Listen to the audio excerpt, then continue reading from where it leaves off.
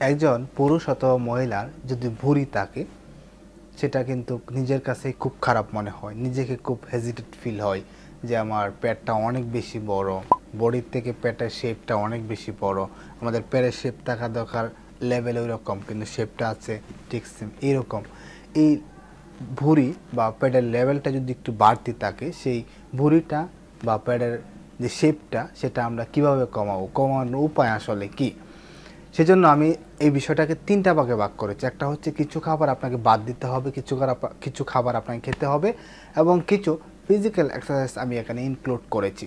অবশ্যই সম্পূর্ণ ভিডিওটা দেখবেন। যাদের অনেক বেশি ভুঁড়ি রয়েছে, ভুঁড়ি নিয়ে অনেক বেশি দুশ্চিন্তায় আছেন, টেনশনে আছেন, তাদের এই ভিডিওটা খুবই গুরুত্বপূর্ণ বা খুবই কাজে আসবে। অবশ্যই নতুন হয়ে থাকলে চ্যানেলটা সাবস্ক্রাইব করবেন, কমেন্ট করে আপনার মতামত জানাবেন এবং ভিডিওটা বেশি বেশি শেয়ার করে দেবেন। প্রথমে আমি বলবো কোন ধরনের খাবারগুলো আপনাকে অ্যাভয়েড করতে হবে, বাদ দিতে হবে সেই খাবারগুলোকে। সেই খাবারের মধ্যে আমরা সবসময় বলে থাকি যে কার্বোহাইড্রেট রিলেটেড যে ধরনের খাবারগুলো রয়েছে সেটা যদি বাদ নাও দিতে পারেন তাহলে পরিমাণে কমে দিতে হবে। কীভাবে? যেমন কার্বোহাইড্রেটের মধ্যে ভাত, রুটি আমরা কিন্তু প্রচুর পরিমাণে খাই, বার্গার, চিপস এগুলো কিন্তু প্রচুর পরিমাণে আমরা খেয়ে থাকি। এটাকে আমাদেরকে যদি বাদ না দিতে পারেন তাহলে কমিয়ে আগের থেকে অনেক বেশি কম খেতে হবে। ফাস্টফুড যে খাবারগুলো রয়েছে সে ফাস্টফুড একেবারে আপনাকে বাদ দিতে হবে। ফাস্টফুড কোনো খাবারই আপনি খাওয়া যাবে না। চর্বি এবং তৈলাক্ত খাবার একেবারে নিষেধ, এটা কখনোই কোনোভাবেই খাওয়া যাবে না। সবসময় এই খাবারগুলো আপনাকে অ্যাভয়েড করতে হবে। এখন আসি হলো কোন খাবারগুলো আপনাকে খেতে হবে বা কোন খাবারগুলো আপনার খাওয়া দরকার। সবসময় বলে থাকে ভিটামিন সি জাতীয় এবং হলুদ ফলমূল এবং সবুজ শাকসবজি খাবারগুলো আপনাকে প্রচুর পরিমাণে খেতে হবে।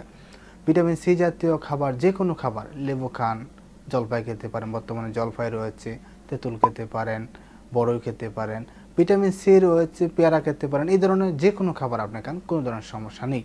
হলুদ ফলমূল এবং সবুজ শাকসবজি বাংলাদেশে অ্যাভেলেবেল রয়েছে, অহরহ রয়েছে, বর্তমান শীতের সিজন অনেক বেশি পাওয়া যায়, প্রচুর পরিমাণে খান।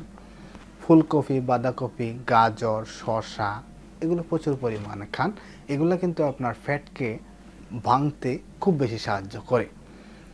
সবচেয়ে মোস্ট ইম্পর্টেন্ট বিষয়টা হচ্ছে আপনাকে প্রচুর পরিমাণে পানি পান করতে হবে। যদি প্রচুর পরিমাণে পানি পান করেন তাহলে আপনার শরীরে যে অতিরিক্ত চর্বি রয়েছে সেটা প্রস্রাব এবং ঘামের মাধ্যমে বের হয়ে যাবে, সেটা ভুঁড়িটা দ্রুত কমবে।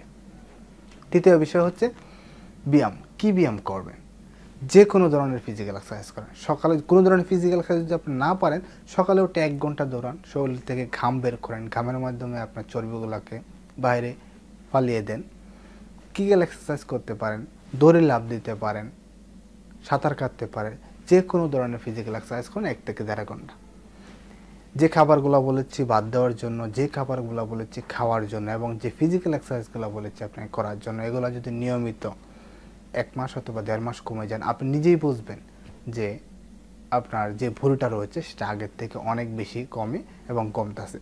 ওষুধের মাধ্যমে সেটা কাটানো যায়, কিন্তু আপনি যদি ঘরোয়া উপায়ে যদি আপনার ভুঁড়িটা কমাতে পারেন তাহলে কেন ওষুধ খেয়ে আপনাকে চিকিৎসা নিতে হবে?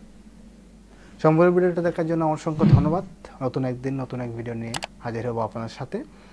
সকলে সে পর্যন্ত ভালো থাকবেন এবং সুস্থ থাকবেন। ধন্যবাদ।